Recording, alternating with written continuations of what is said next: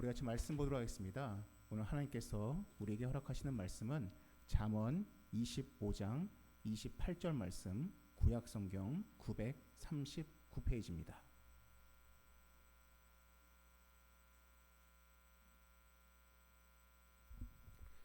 잠언 25장 28절 말씀, 구약성경 939페이지입니다. 잠언 25장 28절 말씀 제가 읽겠습니다. 자기의 마음을 제어하지 아니하는 자는 성읍이 무너지고 성벽이 없는 것과 같으니라. 아멘. 브래드 피트가 주연을 맡았던 1992년도의 작품이 있습니다. 아카데미 촬영상을 받았던 작품입니다. 그 영화의 제목은 바로 흐르는 강물처럼이란 영화입니다. 무엇보다 이 영화는 그 인조 미끼로 낚시를 하는 이 플라잉 낚시의 포스터로 굉장히 유명합니다. 그래서 제가 고등학생 때 제 방에 그 흐르는 강물처럼의 그 포스터 액자를 방에 걸어두었던 기억이 있습니다. 이 영화의 내용을 보면은 한 장로교 목사가 자신의 성격이 다른 두 아들을 양육하고 특별히 홈스쿨링을 하면서 그 아이들을 키우는 내용이 그 영화에 담겨 있습니다. 그리고 그 영화에서는 그 두 아들이 어떻게 성장하는지도 함께 보여줍니다. 이 영화에서 인상 깊었던 장면이 있습니다. 홈스쿨링을 할 때 그 아버지 목사가 큰 아들에게 작문 교육을 시킵니다. 즉 글쓰기 훈련을 시키는 겁니다. 그래서 한 주제를 주고 큰 아들에게 글을 써오라고 시킵니다. 그러면 그 큰 아들이 굉장히 순종적인데 열심히 한 주제를 가지고 작문을 해옵니다. 아버지한테 딱 보여줍니다. 그럼 아버지가 그 글을 읽고서는 딱 한마디를 합니다. 절반으로 줄여와라. 그럼 그 아이가 또다시 그 글을 가지고 돌아가서 절반으로 줄이려고 굉장히 애를 씁니다. 그리고 다시 줄인 상태로 아버지한테 가지고 갑니다. 그럼 아버지가 다시 또 이야기합니다. 더 절반으로 줄여와라. 이렇게 2번 정도의 과정을 거쳐서 줄이고 줄인 그 글을 가지고 하면은 아버지가 됐다 하고 그리고 그 종이를 휴지통에 버립니다. 이 내용이 무슨 내용이냐? 이 과정은 이렇게 글을 줄이는 과정을 통해서 중요한 것과 중요하지 않은 것, 필요한 것과 필요하지 않은 것을 구분지을 수 있는 그 능력을 아이한테 배양시키고자 함이라고 합니다. 이와 비슷한 내용을 약 20년 후에 제가 한 드라마에서 보게 되었습니다. 미생이란 드라마입니다. 그 드라마에서 한 부서의 상사인 대리가 자기의 후배인 신입사원 장백기라는 인물에게 이런 이야기를 합니다. 장백기가 쓴 글을 보고서는 이렇게 말합니다. 좀 장황하네요. 좀 깔끔하게 써야 할 것 같습니다. 장백기 씨가 이렇게 글을 쓰는 이유는 본인이 진행하는 사업으로 생각하지 않았기 때문입니다. 만약 본인의 사업이라고 이해했다면 좀 더 주체적으로 이해했을 것입니다. 그래야 문장을 리드할 수 있습니다. 라고 그 선배 상사가 이런 이야기를 하였습니다. 흐르는 강물처럼과 미생이란 드라마에 이 글을 줄이는 이 에피소드에서의 한 가지 공통된 주제가 있습니다. 그건 뭐냐? 바로 주체입니다. 과연 그 글을 쓰는 사람이 본인 스스로가 주체가 되어서 정말로 필요한 것과 필요하지 않은 것을 잘 분별할 수 있는지, 또한 그가 주체가 되어서 그 문장을 잘 리드할 수 있는지에 대한 바로 주체에 대해서 이야기를 해주고 있는 것입니다. 반면 주체가 되지 못하면 자꾸만 무언가를 덧붙이게 됩니다. 우린 이것을 사족이라고 합니다. 사족이란 뱀에는 원래 다리가 없습니다. 근데 뱀의 그림을 다 그리고 나서도 거기에 불필요하게 뱀의 다리를 그리는 것을 바로 사족이라고 합니다. 바로 쓸데없는 불필요한 일을 덧붙이는 행위를 일컫는 말입니다. 이처럼 무언가를 줄인다라는 것은 단순히 무언가를 덜어낸다는 의미가 아니라 내가 그 영역에서 주체가 되고 있는지, 내가 과연 주도적으로 나의 생각과 삶을 인도하고 있는지를 보여준다라고 말할 수가 있습니다. 그러한 의미에서 오늘 우리가 다룰 성령의 열매 9번째 열매인 절제라는 이 열매는 방금 말씀드린 내용과 굉장히 밀접하게 관련되어 있다라고 말할 수가 있습니다. 우린 지난 오늘까지 10주간 동안 성령의 열매를 다루고 있습니다. 그리고 오늘은 마지막 9번째 열매에 대해서 이야기하려고 합니다. 우리 갈라디아서 5장 22절과 23절에 나오는 열매를 그동안 다루었었는데 오늘 우리 마지막 주일인 만큼 우리 앞에 나오는 5장 22절과 23절 말씀 우리 같이 한 목소리로 함께 읽도록 하겠습니다. 시작. 오직 성령의 열매는 사랑과 희락과 화평과 오래 참음과 자비와 양선과 충성과 온유와 절제니 이 같은 것을 금지할 법이 없느니라. 아멘. 우리가 절제라고 하면은 흡사 글을 줄이는 것처럼 무언가를 줄이는 것이 목적이라고 생각하기가 쉽습니다.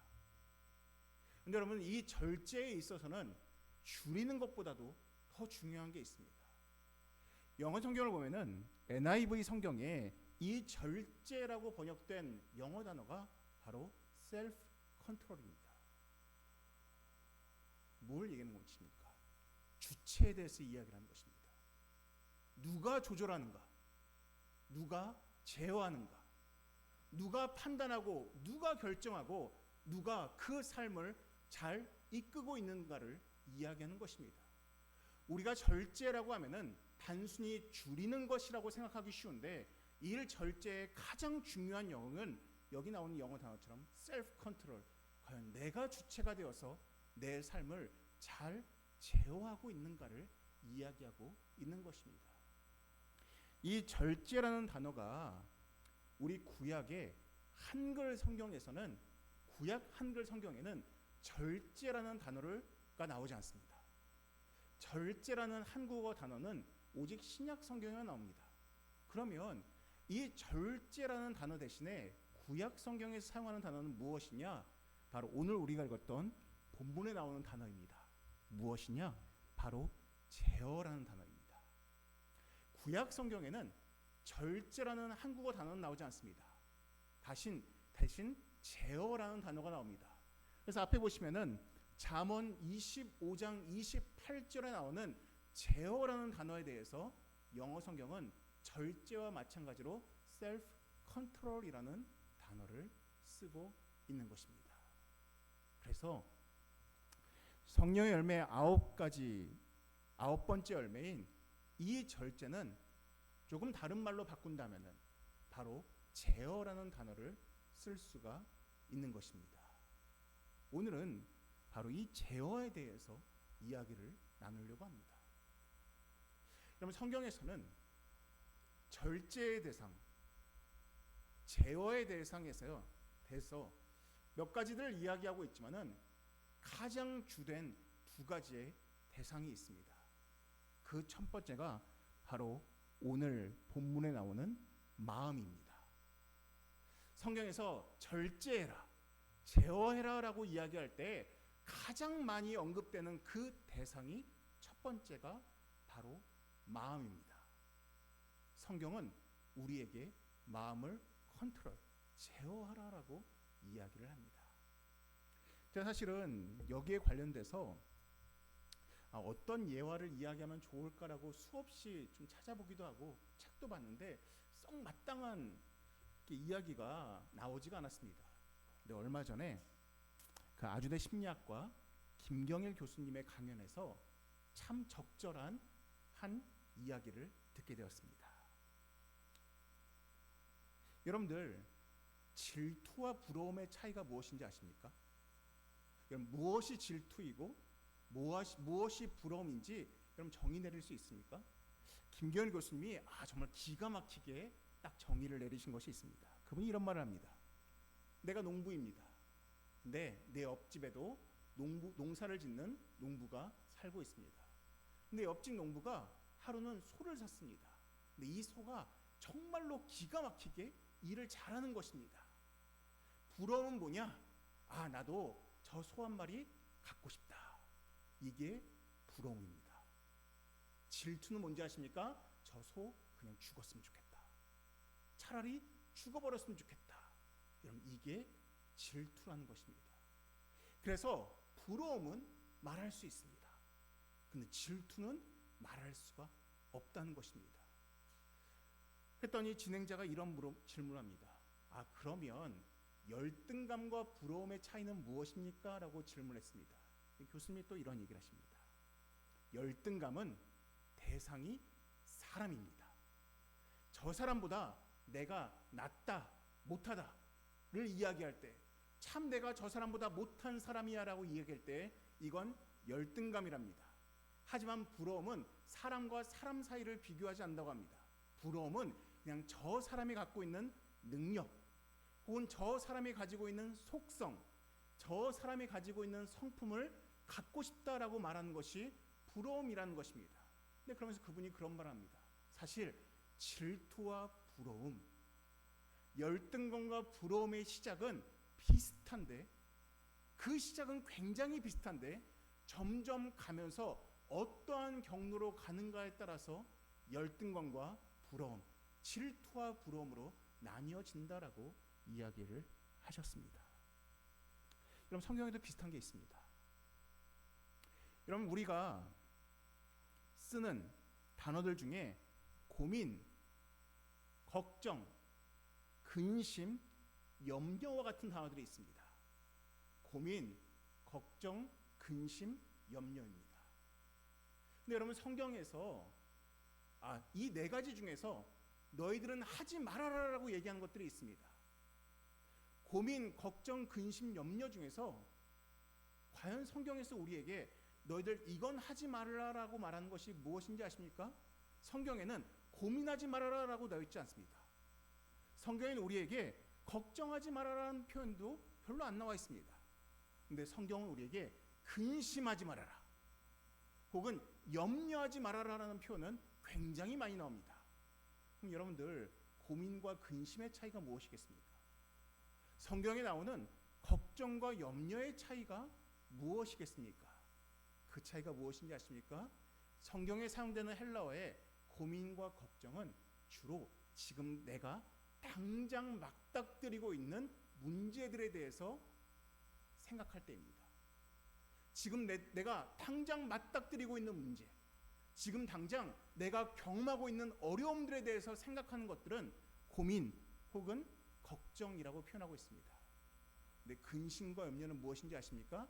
아직 발생하지 않았는데, 아직 내가 경험하지 않았는데, 그냥 막연한 미래 혹은 가까운 미래에 나의 삶에 이러한 어려움이 있으면 어떡할지라고 생각하는 것들은 바로 근심과 염려입니다.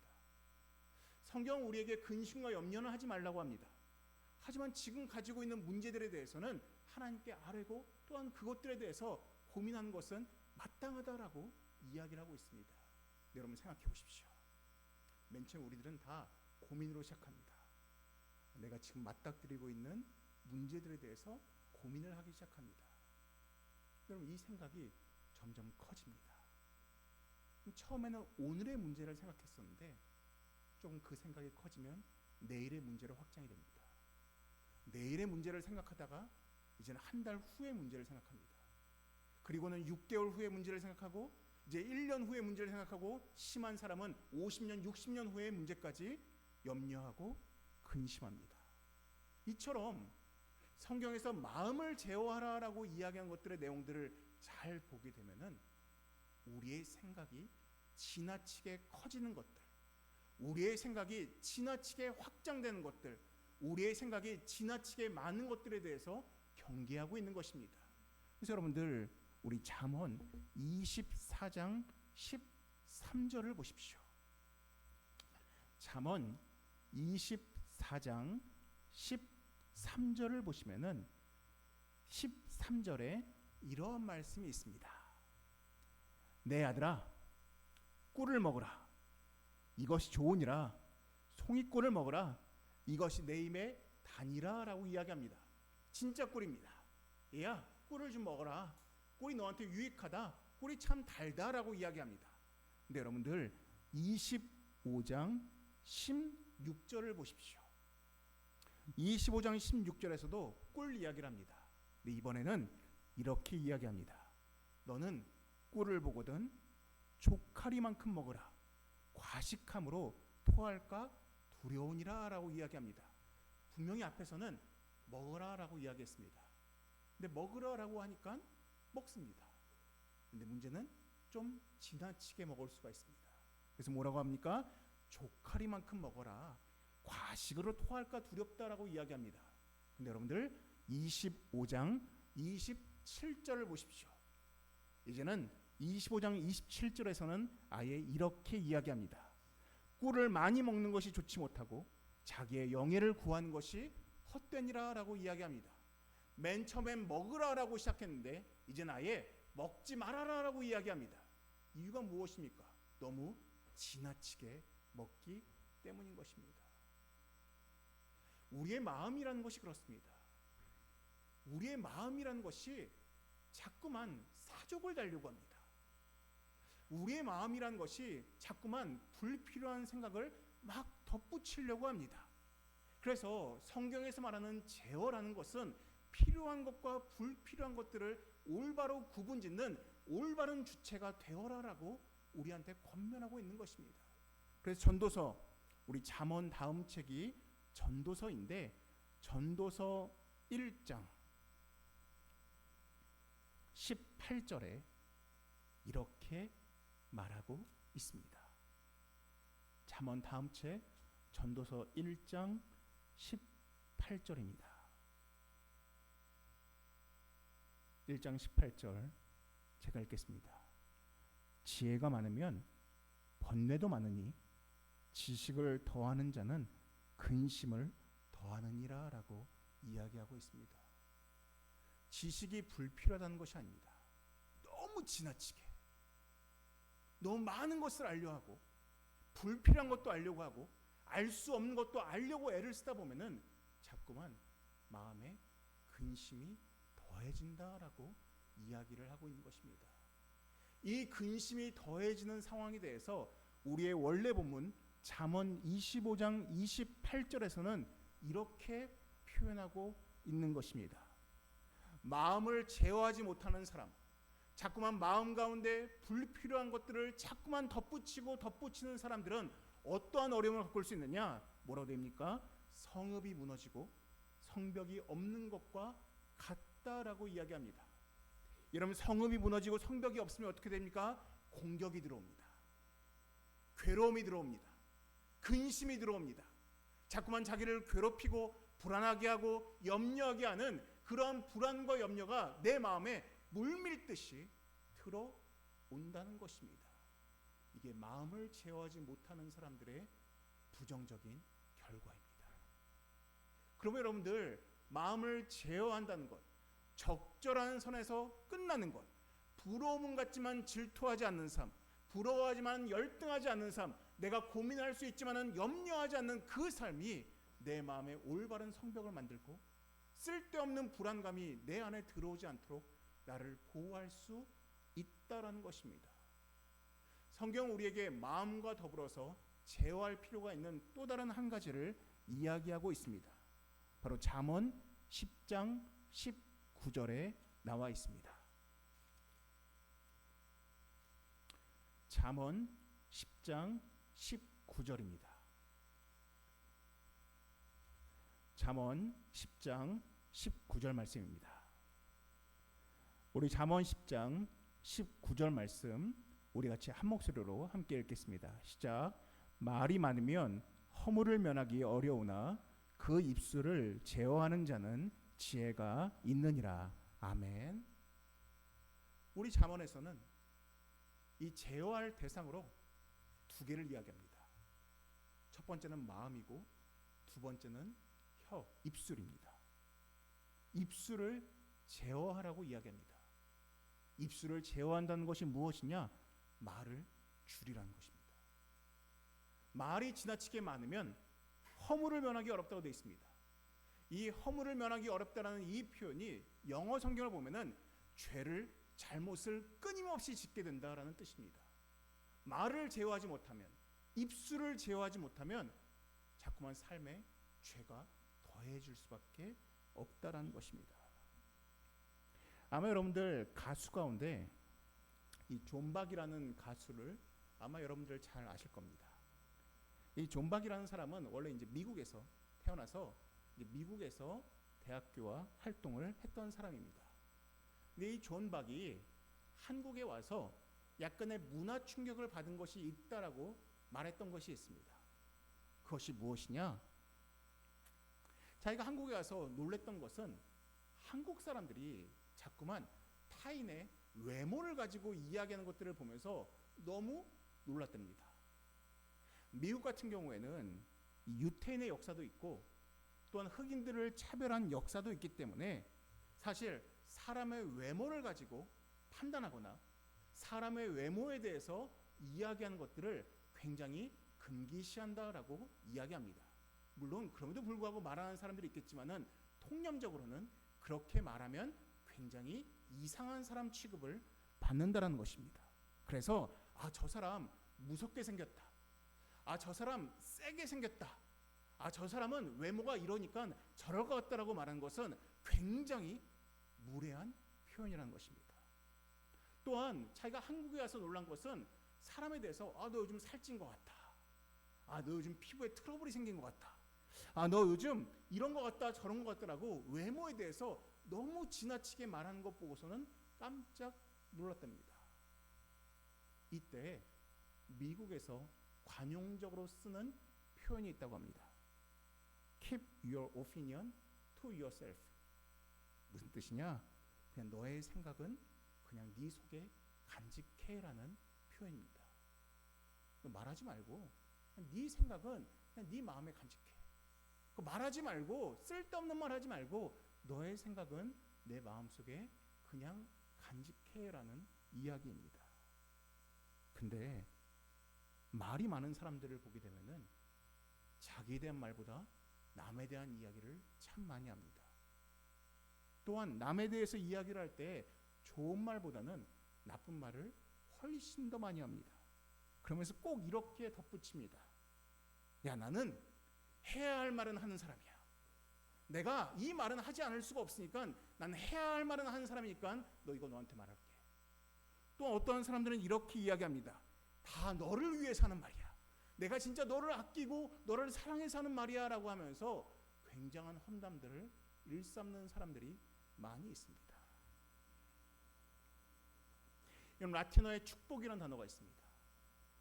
이 축복이라는 라틴어를 풀었으면 이렇게 말합니다. 좋은 이야기를 하다입니다. 성경은 우리에게 타인에 대해서 축복의 말을 이야기하라고 합니다. 좋은 이야기를 하라고 합니다. 자꾸만 우리는 말이 많아지면서 타인에 대해서 험담하고 타인에 대해서 부정적인 말을 하기가 일수라는 것입니다. 여러분, 그렇다면은 어떻게 우리의 마음을 제어할 수가 있겠습니까?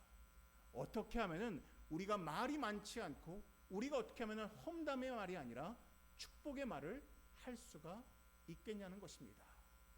그 방법은 성경에서는 딱 한 가지를 이야기합니다. 우리 같이 한 말씀 보도록 하겠습니다. 시편입니다. 잠언 앞에 나와 있는 시편 141편입니다. 시편 141편 3절입니다.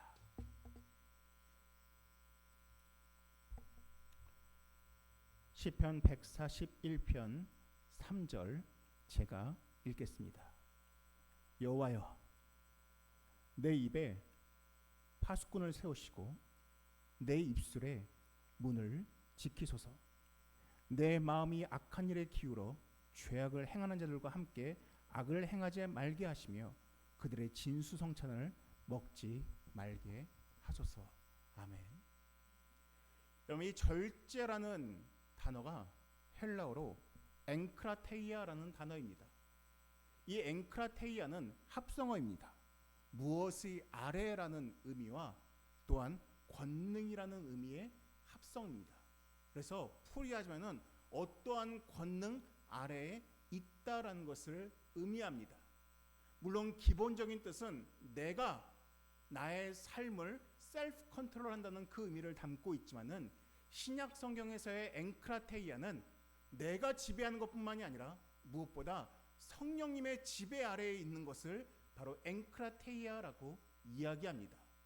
성경에서 말하는 절제라는 것은 물론 내가 주체가 되어서 불필요한 것들을 덜어내는 것도 있지만은 이 시편 141편 3절에 나오는 표현처럼 내가 내 능력으로만 제어하는 것이 아니라 무엇보다 하나님의 도우심, 하나님께서 나에게 허락하시는 파수꾼을 통해서 내 삶을 제어하는 것을 또한 포함하고 있다라는 것입니다.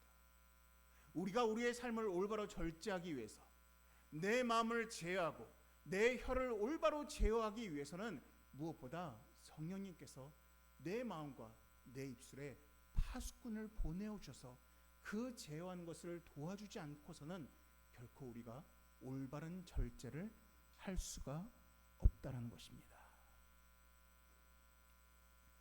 저는 지난 한 두세 주 동안 저는 이 영역에 대해서 굉장히 깊게 경험을 했습니다. 제가 이 시간에는 짧은 제 간증을 들려드리겠습니다.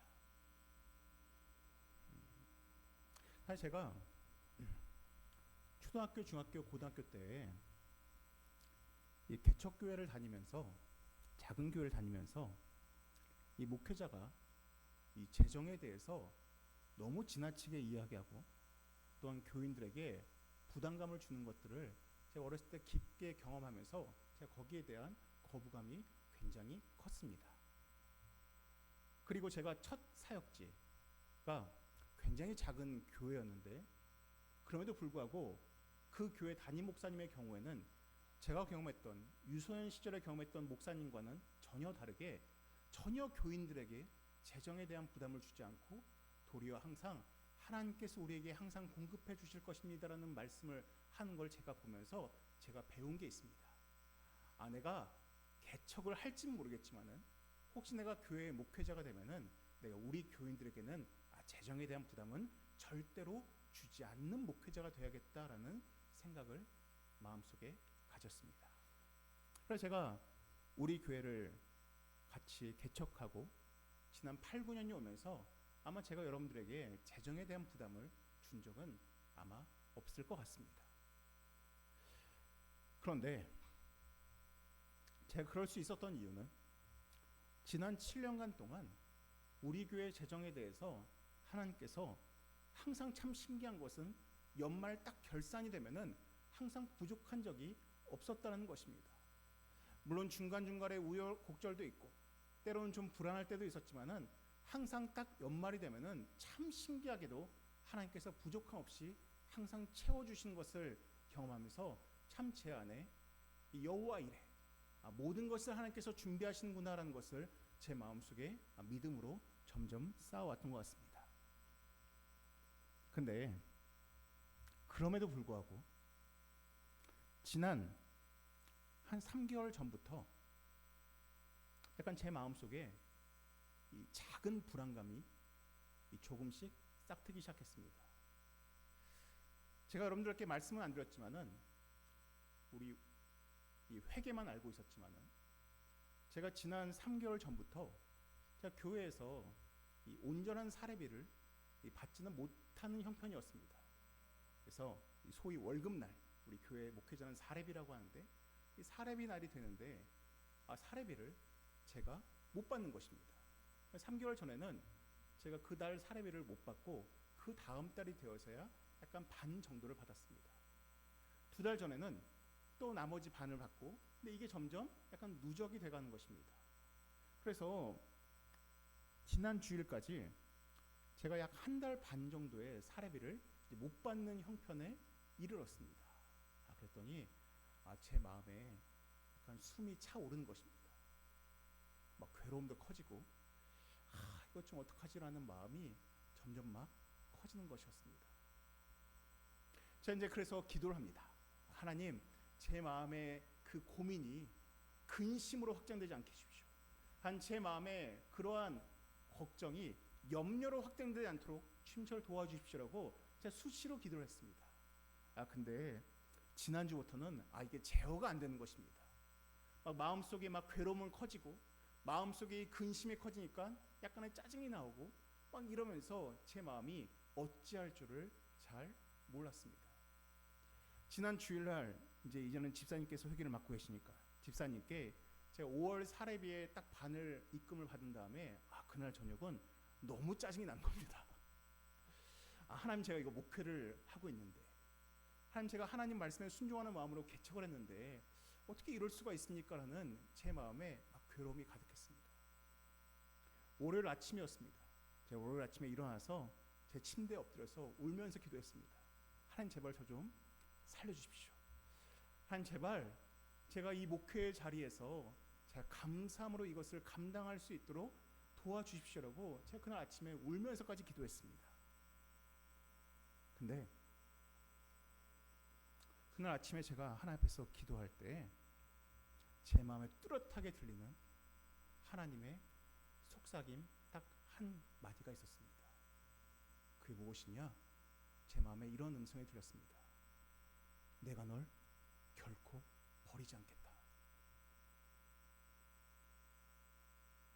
무엇인지 모르겠지만은 제가 제 마음속에 들리는 내가 널 결코 버리지 않겠다라는 그 음성이 들리는 순간 제 마음속에 딱 브레이크가 걸렸습니다. 그래, 이 목회 내 목회가 아니라 하나님 목회인데 내가 하나님을 믿자라는 그 브레이크가 딱 걸렸습니다. 근데 신기한 게 뭔지 아십니까? 그날 점심에 저희 교회 한 분이 우리 교회 재정에서는 굉장히 큰 재정을 우리 교회에 헌금을 하셨습니다. 제가 정말로 이것을 듣게 되면서 제 안에 하나님 앞에서의 부끄러운 생각이 들었습니다. 내가 좀 오늘 아침에 그러한 기도하지 말걸, 그냥 감사합니다 믿습니다라고 할걸, 내가 아침에 너무 지나치게 폭주했나 싶은 생각이 드는 것입니다. 제가 지난 밀렸던 사례비뿐만이 아니라 그래도 참 몇 달 동안에는 우리 교회 재정 걱정 없겠다라는 정도의 헌금이 들어온 걸 보고서는 제 안에 얼마나 기쁨이 넘쳤는지 모릅니다. 제가 그날 집사님께 전화를 해서 제 밀린 사례비를 다 받게 되었습니다. 제가 지난 월요일 날 이것을 경험하면서 제가 뚜렷하게 경험한 것이 있습니다. 생각이 지나치게 많은 것, 염려가 지나치게 많은 것, 그때는 기도해야겠구나. 그때는 내 마음에 브레이크를 걸어야겠구나. 내가 하나님 앞에 나아가서 하나님께 도움을 청해야겠구나. 정말로 우리 하나님께서 나를 버리시지 않은 것처럼 결코 우리 믿는 자를 버리시지 않겠구나라는 생각을 갖게 된 것이었습니다. 사랑하는 성도 여러분, 혹시 여러분들 마음 가운데 폭주하는 기관차처럼 여러분 제어가 되지 않는 영역들이 있으십니까? 혹시 여러분들 마음 가운데 근심, 여러분들 가운데 염려, 때로는 불안, 때로는 미움, 때로는 걱정들이 여러분 가운데 폭주하는 기관차처럼 막 달리고 계십니까? 여러분, 이것을 멈출 수 있는 분은 하나님밖에 없습니다. 그것에 파수꾼을 세울 수 있는 분은 하나님밖에 없습니다. 그때 여러분들 하나님 앞에 나가서 기도하시면은 하나님께 정말로 워워워 하시면서 얘야, 날 믿어라. 내가 널 결코 버리지 않겠다라는 그 음성으로 우리를 잠재우시고 우리 가운데 그 필요들을 채워주신다는 것을 여러분 믿으셔야 한다는 것입니다. 사랑하는 성도 여러분, 이 마지막 열매, 이 절제 제어에 있어서 가장 중요한 것은 바로 하나님의 파수꾼을 세우는 것을 여러분 잊지 마시고 하나님 앞에서 기도함을 통해서 여러분들의 마음과 여러분들의 혀를 제어할 수 있는 주의 백성들 되시기를 주님의 이름으로 축원합니다. 기도하시겠습니다.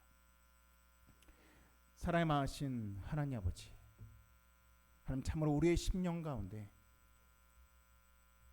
때로는 제어가 되지 않고 때는 우리의 입술 가운데 멈추지 않고 폭주하는 기관차처럼 달릴 때가 참 많이 있었음을 이 시간 고백합니다. 하나님 구하는 것은 우리의 마음과 우리의 입술 가운데 하나님의 파수꾼을 보내어 주시사 하나님 우리의 마음의 성벽이 무너져서 불필요한 염려와 불안감 가운데 휩싸이는 자가 아니라 우리의 입술의 성벽이 무너져서 반복적으로 죄를 짓는 자들이 아니라 참으로 하나님 안에서 올바른 절제와 제어를 통해서 정말 하나님 주시는 그 만복을 누릴 수 있는 우리가 되게 하여 주시옵소서. 이 모든 말씀 예수님의 이름으로 기도드립니다. 아멘.